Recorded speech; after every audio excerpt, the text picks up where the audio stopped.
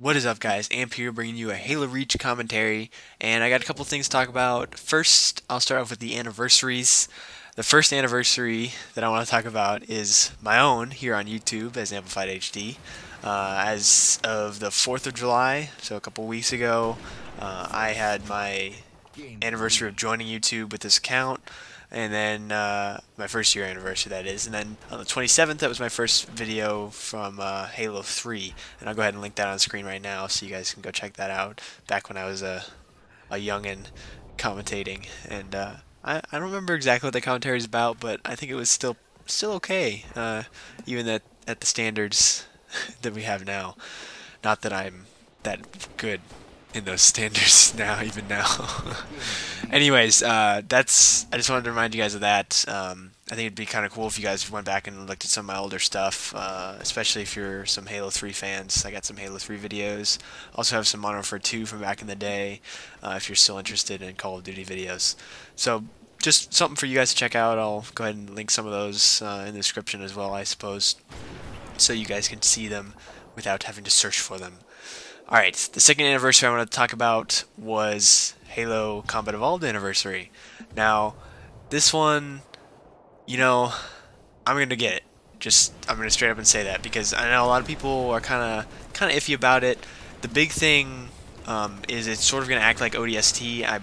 They haven't confirmed all this yet, at least like officially. They've kind of talked about it a little bit, but it's going to come with the disc for Halo CE and the remastered campaign, including the classic version, classic mode, where you hit a button and it goes back to the original graphics and that sort of thing, which is pretty cool. I think it's a really cool feature they added to kind of like bring you back when you have the anniversary edition of this awesome campaign. Anyways, they're going to do it sort of like ODST, where you have the other disc that comes with it, which is going to be the Halo Reach multiplayer disc.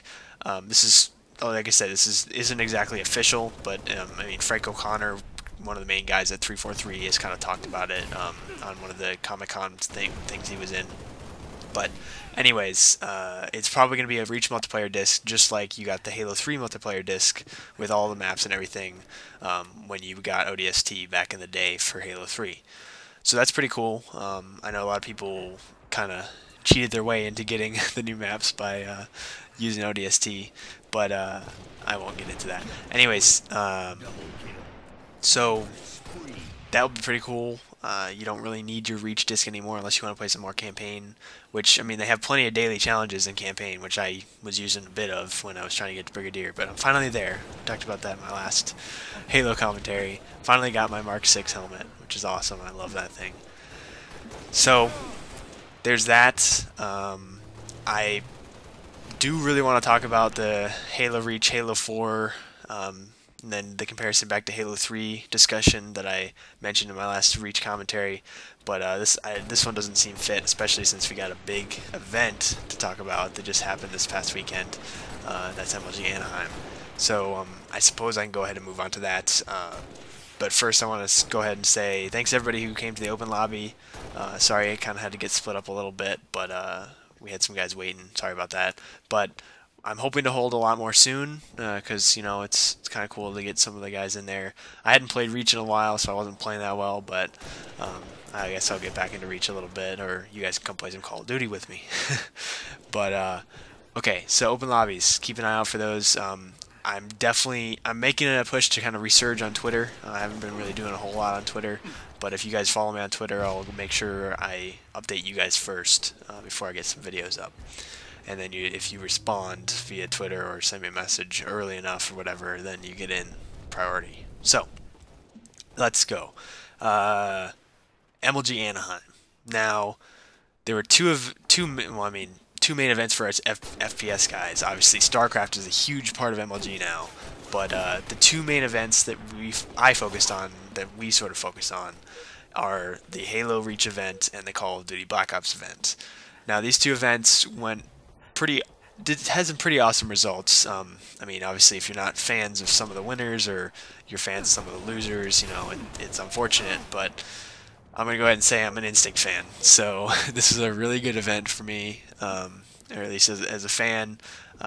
Instinct, if you guys didn't know, ended up going undefeated through the entire tournament without losing a single game, not just series, not losing a single game. So their record overall, because the max amount of games you can play with winning all of them is 21. So they went 21-0. They went 21-1 back in Columbus, winning the tournament that way. They lost one game to Dynasty, which was, I'm going to actually go ahead and put all the blame on Pistola. He kind of screwed up on this one play that allowed Dynasty to get a bomb plant, and then it didn't go into overtime because they got that bomb plant. Anyways, let's move past that. Move past it. Flame War gone. All right. Next, of course, Instinct repeat. Hopefully a three-peat come Raleigh, my hometown. You know, get that rolling, Instinct. You lost it for me last year. You lost Raleigh. That was the beginning of the FB resurgence at the end of the year. I was hoping you guys would win. You guys had a solid roster last year in Halo 3, but I'm pretty sure you guys are going to three-peat, and that's going to be awesome. I will be there, by the way, guys. If you didn't know, I'll be in MLG Raleigh. I will be sure to mention a lot more about that as it comes closer, which is, it's only in a couple weeks. Surprisingly, MLG events are usually not this close, but I will let you guys know of all the information, what's going on there. I will be competing in Halo, or no, I won't be competing in Halo. That's what I was trying to say.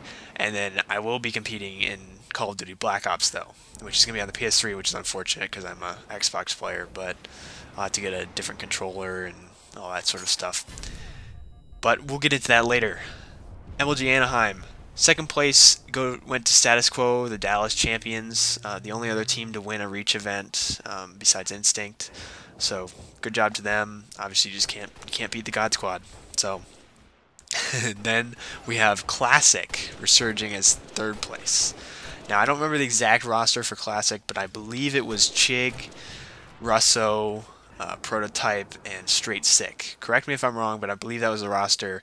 Some pretty unknown players. I mean, they've kind of resurged recently. Super Straight Sick was a big free-for-all player. He won a couple of those back last year and I think the beginning of this year. And then Prototype was among that as well. But they're pretty interesting pickups for Chig, bringing back the classic name, or keeping the classic name and keeping it alive and doing some work. It was pretty cool to see a new team kind of come out of nowhere and sort of do really well. Whereas like someone like Impact did in Dallas. So it's pretty cool to see that. Obviously, they beat out some of the other bigger teams. Like Straight Rippin' was supposed to be really good this weekend, but they didn't get enough practice in it, apparently. So hopefully they'll have a better practice regimen coming into Raleigh, and even though it's not too far away. But Straight Rippin' is back to the 08 roster that won them a couple events. Well, it was 07. That's when they started that new roster. But it's T-Squared, Legit, Elamite, and Neighbor, which is a pretty beast roster. Obviously, it's a different game, but I think they can do some work as long as they get stuff rolling. All right, moving on to Call of Duty Black Ops, which I'm sure some of you are interested as well. Leverage ended up winning the entire thing. They won Dallas. Optic ended up winning the Columbus event, but Leverage is back on top, winning there in Anaheim. They had a very interesting one in the finals. They ended up being down 4-0. They were down 3-0 coming into it, I believe. And then Team Fear was the opponent in the finals. They had beaten Optic in the winners finals, I believe, and then Leverage came back and beat Optic in losers. So Optic ended up with third place, but Leverage comes in with a big deficit. I believe it was 3-0. But then Fear takes another game. But then Optic goes on a 5-1 run. And ends up, or 6-1 run, I'm sorry, where they could take it to game 11, and Leverage ends up, I almost said Optic, Leverage ends up taking the game, which was it, Grid Search and Destroy, and they end up going, I think it was like 6-4 or something like that. They end up with a huge lead in the middle there. But it was really cool to watch. I hope you guys can see some of the rebroadcasts. Even if you're not too into Call of Duty, those were some pretty intense games. Competitive Call of Duties are definitely a lot more entertaining than watching pub stompers. But enough of MLG Anaheim. Let's move on to one last thing I want to get out before we wrap up here. I kind of want to start up Amplified HD 2 again. You guys remember that channel? I was doing some amps advice over there, which I might decide to start up, but mainly I just kind of want to post some random stuff over there, some stuff that really isn't meant for the main channel, some random clips, some funny stuff that I have. I have a couple clips I'm already ready to post. So let me know if you guys like what you want to see over there, if you want to start going over there and subscribing maybe, and then I'll also try to include most of the uploads and stuff on Twitter as well. So make sure you check those out, and I'll see you guys later.